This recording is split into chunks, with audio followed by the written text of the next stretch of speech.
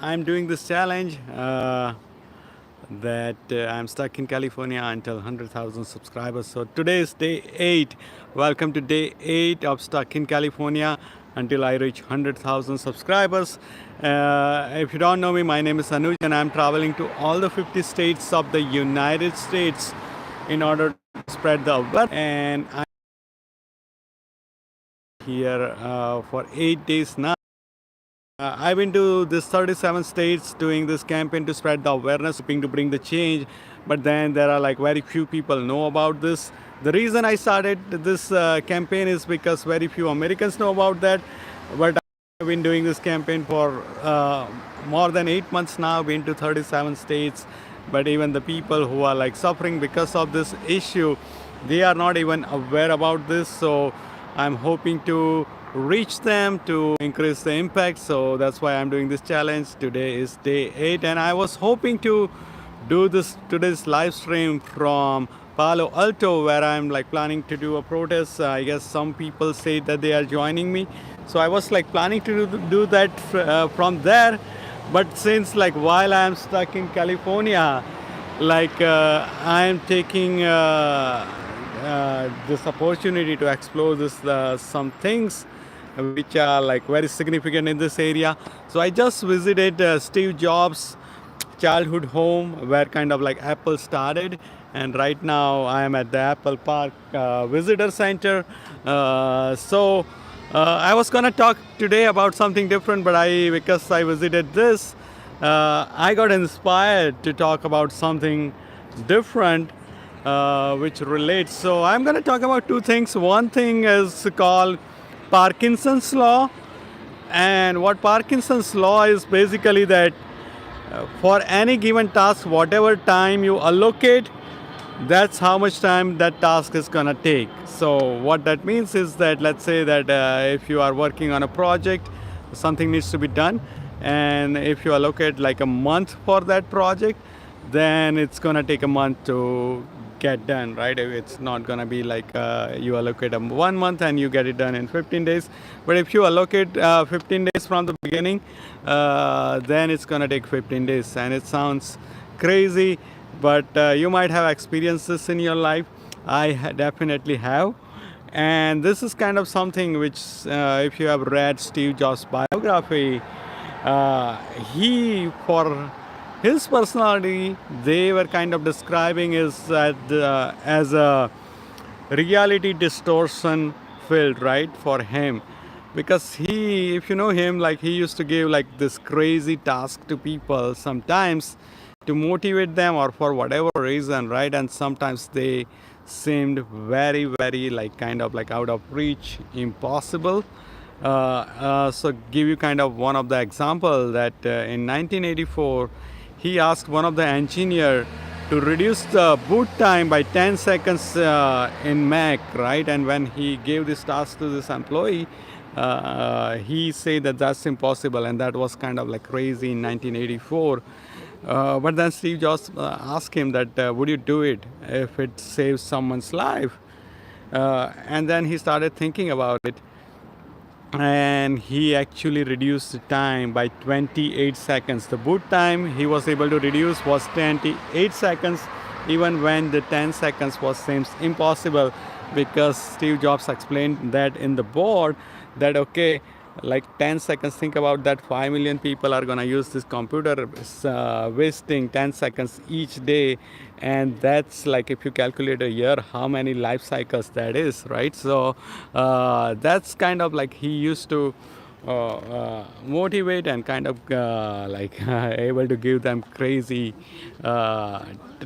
like goals which seems impossible, right? And that reminded me of our campaign, right? That how much time you think that it's going to take for us to end this discrimination, which is like based on the country of birth. And if you think that it's going to take long time, it's going to take long time, whatever time you allocate. But if you think that we can get it done in this Congress, then we would be able to get it done in this Congress. But another thing is that many times people are not motivated to advocate for this solution, right? To solve these issues, to end this discrimination.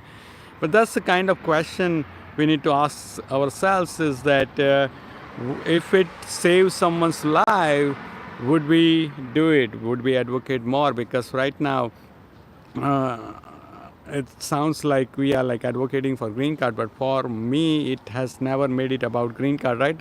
When I was protesting recently, someone says that, oh, in your sign it doesn't says anything about green card, and I was like, it's not about green card, it's about like ending this discrimination, and removing this country cap that we need to prioritize employees based on the country, based on the skills, not based on the country of birth. And if we do that, we might get the green card, but that's a whole different thing. But it's not about green card. So our advocacy, it's not about like kind of green card. But another thing I say on my sign is that Save America. So think in terms of this, that when United States prioritize someone based on the country of birth rather than skills, that can cost many lives which we don't see every day, right? Because sometimes even the better doctor is available.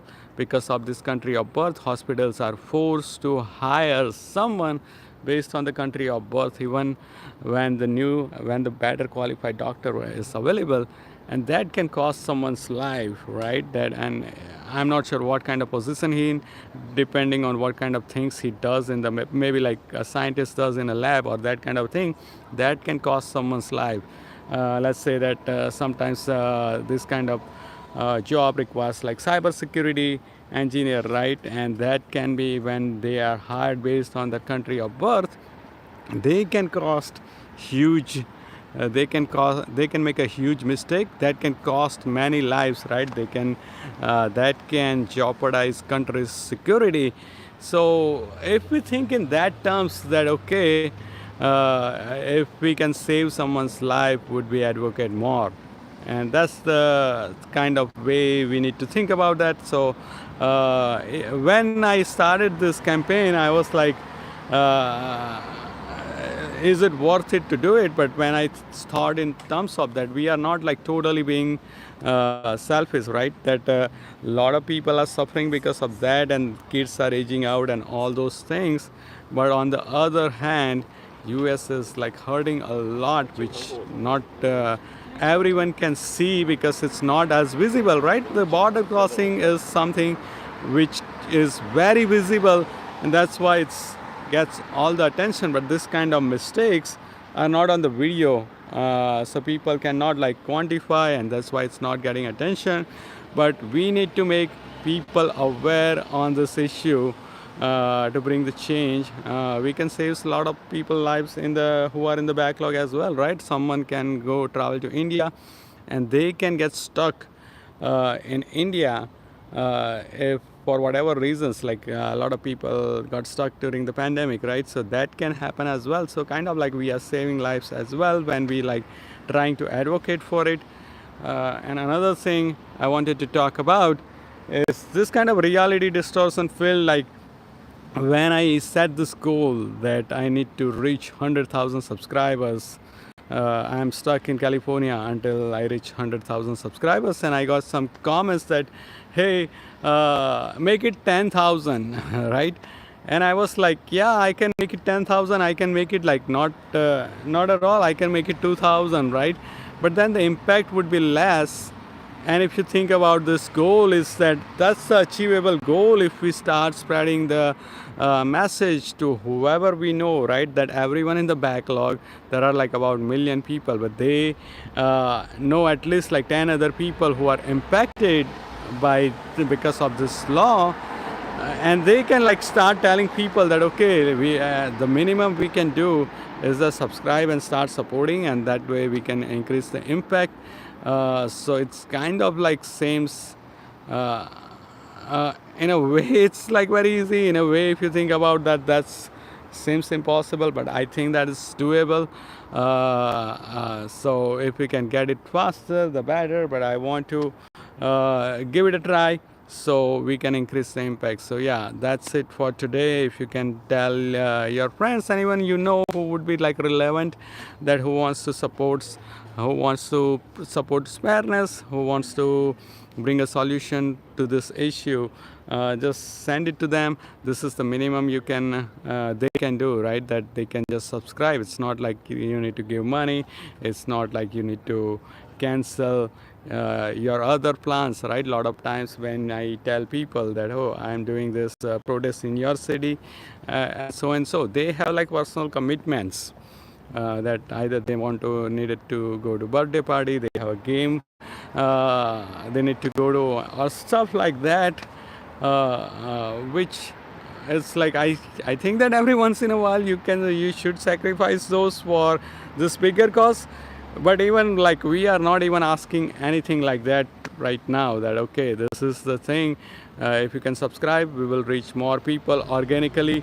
All these Americans who can vote, we want to reach them, but also like people will become aware about this campaign, and then they will start coming to all this protest if they can. So that way we'll reach a solution faster. So I'm hoping we get there faster. Anyways, that's it for today, and I'll let you know tomorrow how the protest went today. I'm in Palo Alto. If you're just watching now and if you want to join it, just like message me on Twitter or something, and we can get together, even if you just want to hang out.